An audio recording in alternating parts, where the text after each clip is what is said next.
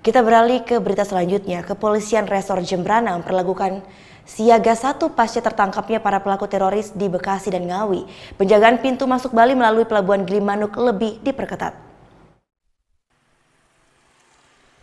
Pasca tertangkapnya 3 pelaku teroris di Bekasi, Polres Jembrana kembali memberlakukan pemeriksaan siaga 1 di Pelabuhan Gilimanuk. Aparat Polres Jembrana bersama Brimopolda Bali memperketat pengawasan dan pemeriksaan terhadap kendaraan, orang, serta barang-barang yang akan masuk ke Bali.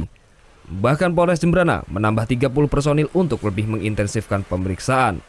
Kapolsek kawasan Laut Gilimanuk, Agung Arka menjelaskan, semua orang dan barang bawaan dari Jawa yang dibawa dari Pulau Jawa diperiksa secara ketat untuk mengantisipasi lolosnya barang-barang berbahaya.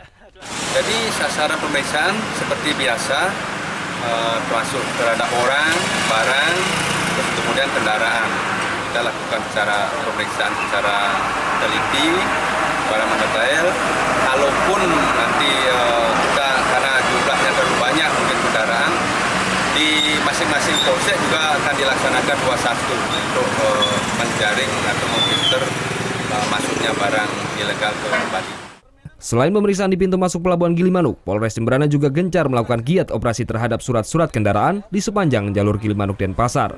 Surya Sanjaya melaporkan untuk NET.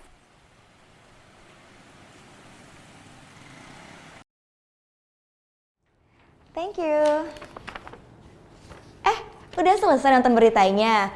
Jangan pergi dulu dong. Subscribe dulu dan nonton tayangan lainnya di sini.